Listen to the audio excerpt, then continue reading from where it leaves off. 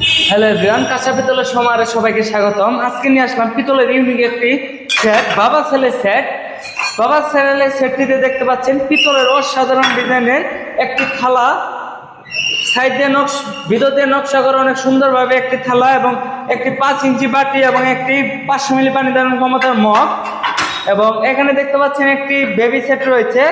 Baby সেটটিতে রয়েছে একটি ছোট থালা 8 ইঞ্চি সাইজ বা 9 ইঞ্চি সাইজ এবং 4 ইঞ্চি একটি বাটি এবং 250 মিলি পানি ধারণ ক্ষমতা সুন্দর একটি মগ এবং এর সাথে রয়েছে সুন্দর একটি চা চামচ।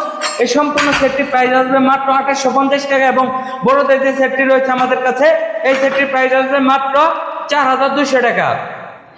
এবং আমাদের কাছে 2 সেট নিলে ডেলিভারি চার্জ পাবেন সম্পূর্ণ ফ্রি। এবং আমাদের প্রোডাক্টের কোয়ালিটি বিগত 3 বছর থেকে যারা আমাদের থেকে প্রোডাক্ট নিয়ে আসছেন অবশ্যই জানেন যে আমাদের প্রোডাক্টের কোয়ালিটিগুলো কেমন।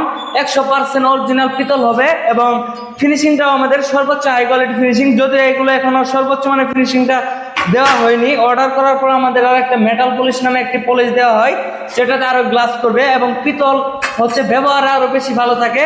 অনেকেই বলেন যে পিতল কালো হয়ে যায়, আসলে পিতল কালো হবে না। পিতল ব্যবহারেতেও কিছু নিয়ম রয়েছে। আপনি ভীম বা সাবান এগুলো দিয়ে মাজা পিতল ঠিক হবে না। পিতল মাজতে হয় আপনার টক জাতীয় জিনিস, যেমন লেবু খাওয়ার পর যে শুকলা থাকে অথবা তেঁতুল অথবা ছাই বা মাটিতে মাজলেও পিতল ভালো থাকে।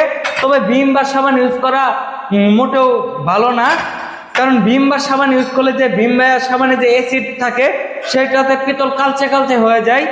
তবে টক অথবা ছাই মাটি এগুলো দিয়ে মাজলে পিতল আরো বেশি সুন্দর থাকে। তো আজকে ভিডিওটি এ পর্যন্তই, দেখাবে পরবর্তী ভিডিও নিয়ে।